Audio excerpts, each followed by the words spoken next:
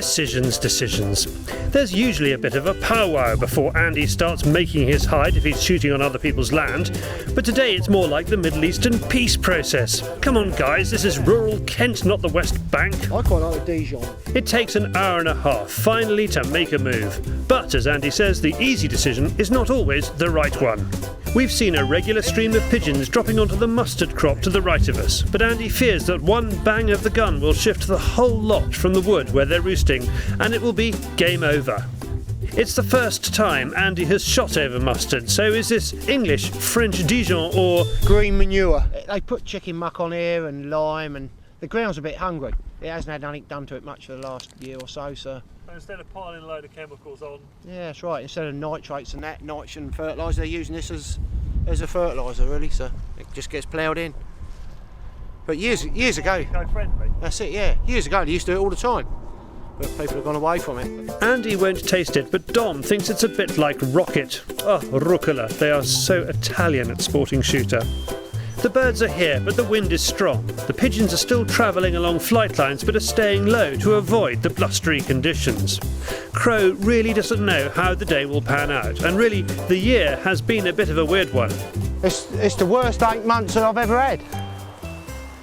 I don't know what it's like all over the country. I was talking to Dom, and he's been talking to different people, and they're all saying the same. So we had a few bangs on the acorns. But it's just nothing in the area really. We got odd ones about, but it is only odd ones. This is the most pigeons I've seen in, well, probably 6 months in one lump. There's probably, I think there's 600-700 pigeons here at least, but it's the most I've seen. But they should be getting on the wheat. They just started. There's a few getting on the wheat down on the farm, landing in the tram lines and that. So it's only a matter of time. I'll be desiccating my rape probably middle of next week, so 10 days after that. Yeah, about 10 days after that we'll be combining, so hopefully looking forward to some better bags. I've been having 20s and 30s. I had a 70 the other day and some 80s, odds and sods, but no big bags. As normal, Andy needs to add some natural foliage as well as the netting to give the hide that au naturel feel. And as you can see, it's like one big fan, and it covers a bigger area on the hide, and it looks natural. It's all, most places you go you get hazel, so that's the reason I use hazel. Plus I love her. The hazel is also ideal for floaters. Here's a quick guide to making one. I ain't got my floaters. There's a bit of wind, so all I've done is gone back to the famous hazel again. Just get a 3-prong, just trim it out. Thing to do is not trim it too short, trim it too long. Trim it out long, and you can always get it down to the size you want to put the pigeon on. First stick its head on there like that. You got your spike here. Stick its wing on there like that. Come back across to the other one. It's a bit long.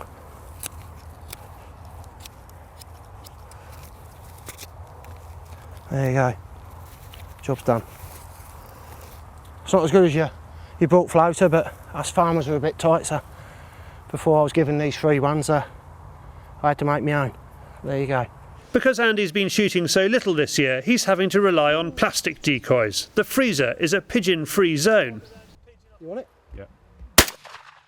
This one here. Who knows how the pigeons will react, but as usual, Andy is making the best of a tricky situation.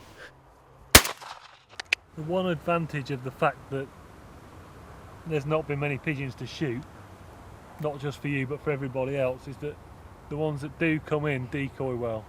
That's right, they haven't been hammered usually all through the winter. They're on the winter rape.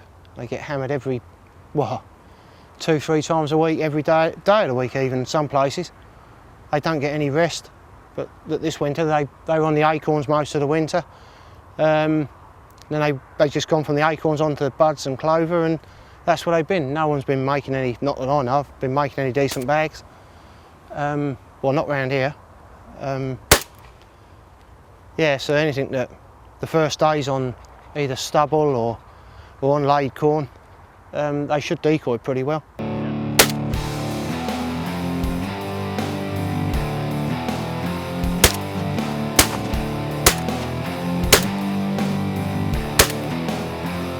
The birds come, a few are low, staying out of the wind, and it's easy pickings for the crowman.